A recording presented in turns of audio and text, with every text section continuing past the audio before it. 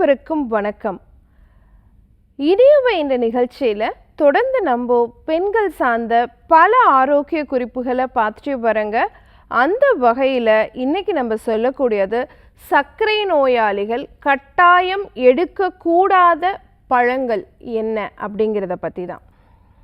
நான் doctor MS Ushanandhini, Siddha physician, Lotus Women Care Hospital, இந்தியாவின் முதல் பெண்களுக்கான PCOS சித்த மருத்துவமனை, கோயம்புத்தூர், சென்னை மற்றும் பெங்களூர்.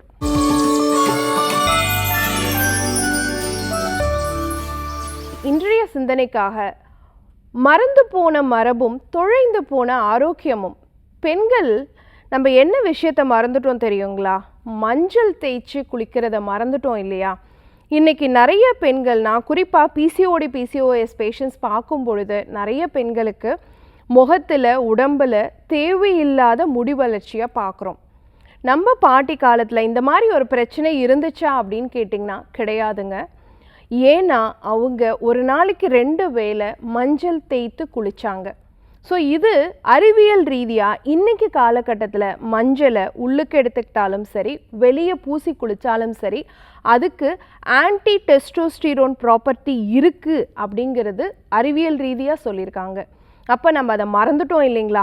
அந்த பழக்கத்தை மறந்ததுனால தான் என்னவோ இன்றைக்கி நம்மளுடைய பெண் குழந்தைகளுக்கு நிறைய பேருக்கு ஆண்களைப் போலவே தேவையில்லாத முடி வளர்ச்சியை நம்மளால் பார்க்க முடியுது. ஸோ இன்றைக்கி நம்ம பார்க்கக்கூடிய ஒரு விஷயம், சர்க்கரை நோயாளிகள் கட்டாயம் எடுக்கக்கூடாத பழங்கள். ஸோ ஃபஸ்ட்டு விஷயம், ஏன் இதை சொல்கிறேன்னு கேட்டிங்கன்னா, சர்க்கரை நோயாளிகள் இதெல்லாம் சத்தான உணவு தானே, இதெல்லாம் சீசனல் ஃப்ரூட்ஸ் தானே, இதெல்லாம் சாப்பிட்லன்னா எப்படி அப்படிங்கிறது நிறைய பேர்த்துக்கு இன்றைக்கி இருக்கக்கூடிய கவலையாக இருக்குது. குறிப்பாக செவ்வாழை, மாம்பழம், இதெல்லாம் நிறைய பேஷண்ட்ஸ் நான் பார்க்கும்பொழுது, டாக்டர் இது சீசன் இல்லையா அப்படிங்கிற மைண்ட் செட் இருக்குது. ஸோ அவங்களுக்கான ஒரு விழிப்புணர்வுக்காக தான் இந்த பதிவு. So first thing dry fruits இருக்கு இல்லையா? ஏன் நிறைய பேர் சர்க்கரை நோயாளிகள் என்கிட்ட கேட்குற விஷயம், டாக்டர் நாங்கள் ட்ரை ஃப்ரூட்ஸ் சாப்பிட்லாமா அப்படிங்கிறது. ஏன்னா அது ட்ரை பண்ணுறதுக்காக இருக்க ப்ராசஸ் இருக்குது இல்லைங்களா? அதில் இருக்கக்கூடிய நீர்ச்சத்து கம்ப்ளீட்டாக எடுக்கப்படுது. அப்போ நீர்ச்சத்தே அதில் இல்லைங்கும் பொழுது ரொம்ப கான்சென்ட்ரேட்டட் ஃபார்ம் ஆஃப் சுகர் அதில் இருக்குது, ரொம்ப அடர்த்தியான ஒரு சர்க்கரை அதில் இருக்குது. ஸோ அதை நீங்கள் சாப்பிடும் பொழுது நமக்கு என்ன ஆகுதுன்னா இரத்த சர்க்கரை வேகமாக கூடும். அப்போது சர்க்கரை நோயாளிகள் ட்ரை ஃப்ரூட்ஸ் எடுக்கிறது அப்படிங்கிறத தவிர்க்கிறது நல்லது.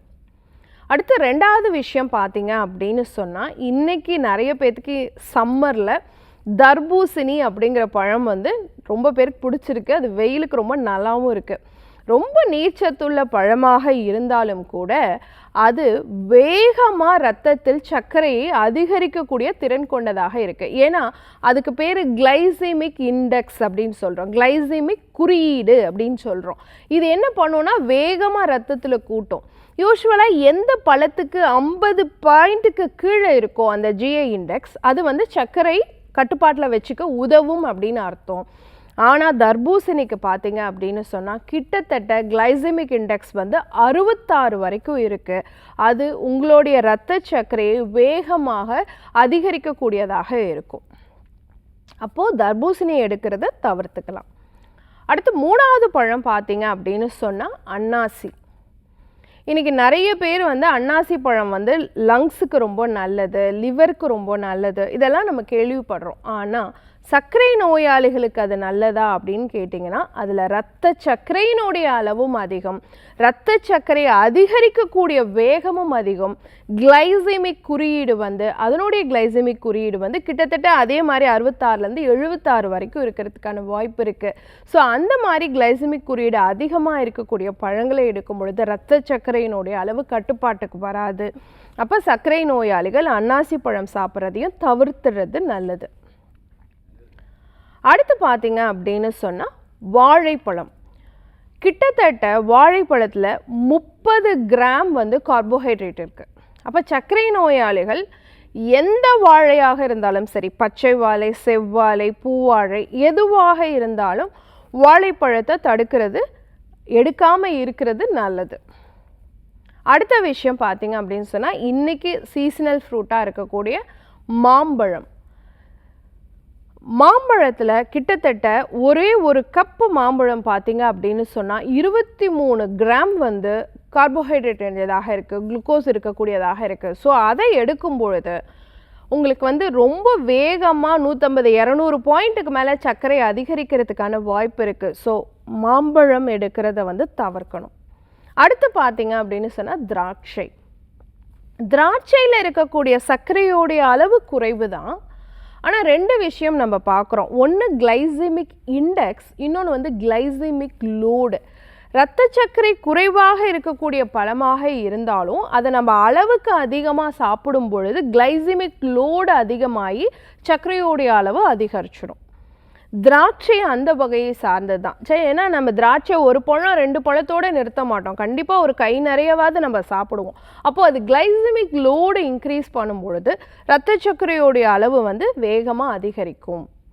அடுத்து செரி வகையை சார்ந்த பழங்கள், இதெல்லாம் நிறைய பேர்த்துக்கு வந்து பார்த்திங்க அப்படின்னு சொன்னால் இன்றைக்கி பீடாவில் இருக்குது, ஃப்ரூட்ஸில் இருக்குது. இதெல்லாம் நம்ம கண்ணுக்கு தெரியாமல் ரத்த சர்க்கரையை கூட்டக்கூடியது. ஸோ இதெல்லாம் சாப்பிடும் பொழுது இது என்னென்னா அதிகமான சர்க்கரை இருக்கக்கூடிய ஒரு பழம் அப்படிங்கிறதையும் நம்ம தெரிஞ்சுக்கணும். ஸோ அதையும் அவாய்ட் பண்ணணும். அப்போ இந்த பழங்களெல்லாம் நாங்கள் சாப்பிடவே கூடாதா டாக்டர் அப்படின்னு கேட்டிங்கன்னா கண்டிப்பாக சாப்பிட்லாம். ஆனால் போர்ஷன் கண்ட்ரோல் அப்படிங்கிறது முக்கியம். ஒரு 30 கிராம்குள்ளே அந்த பழங்களுடைய அளவு இருக்கக்கூடியதாக பார்க்கணும். பழங்கள் எடுக்கும் பொழுது கூடவே நிறைய நட்ஸோட சேர்த்து எடுத்துக்கும் பொழுது பாதாம், முந்திரி, பிஸ்தா இந்த மாதிரி கொஞ்சம் நட்ஸோட வால்நட் இதெல்லாம் சேர்த்து நீங்கள் எடுக்கும் பொழுது அந்த வேகமாக சுகரை ஏற்றக்கூடிய தன்மை இருக்கு இல்லையா, கிளைசிமிக் இண்டெக்ஸ், அதை வந்து கட்டுப்படுத்தலாம். ஸோ அந்த மிக்சராக ஒரு பழத்தோடு ஒரு 2 வால்நட் 4 பாதாம் சேர்த்து சாப்பிடும் பொழுது அந்த கிளைசிமிக் இண்டெக்ஸை நம்மளால் குறைக்க முடியும். அதனால் வேகமாக சர்க்கரை ஏறுறதை வந்து நம்மளால் தடுக்க முடியும்.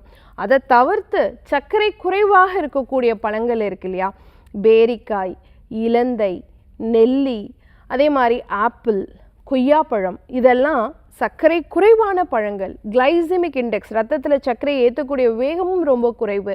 அப்போ பழங்கள் எடுக்கும் பொழுது இது ஆரோக்கியமான விஷயமாகவும் இருக்கும், இரத்த சர்க்கரையை கட்டுப்பாட்டில் வச்சுக்கிறதுக்கு சப்போர்ட்டிவாக இருக்கும். வாழைப்பழம் எடுக்கும் பொழுது நம்ம என்ன பண்ணலான்னா அப்போ தான் கொஞ்சம் காய்வாட்டை இருக்கிற மாதிரி இருக்கும் இல்லைங்களா, ஒரு துவர்ப்போடு இருக்குமே, அந்த மாதிரி இருக்கக்கூடிய வாழைப்பழத்தை நம்ம எடுத்துக்கலாம். அப்போது சர்க்கரை நோயாளிகள் இன்றைக்கி காலகட்டத்தில் உங்களுடைய சர்க்கரையை கண்ட்ரோல் பண்ணுறதுக்கு மருந்துகள், உணவு பழக்க வழக்கம், உங்களுடைய உடற்பயிற்சி இது எல்லாத்துலேயும் கவனம் செலுத்தும் பொழுது எதனாலெல்லாம் மறைமுகமாக சர்க்கரை ஏறதுக்கு வாய்ப்பு இருக்குன்னு பார்த்தீங்கன்னா குறிப்பாக நீங்கள் ஆரோக்கியம்னு நினச்சிட்டு எடுக்கக்கூடிய பழங்களும் ஒரு காரணமாக இருக்கலாம் அப்படிங்கிறது தெரிஞ்சுக்கோங்க. பயன்படுத்தி பாருங்கள். இதே மாதிரி இன்னொரு ஆரோக்கிய குறிப்போடு நான் உங்களை சந்திக்கிறேன். இயற்கையோடு இணைவோம், ஆரோக்கியமாக இருப்போம், ஆனந்தமாக வாழ்வோம். நன்றி, வணக்கம்.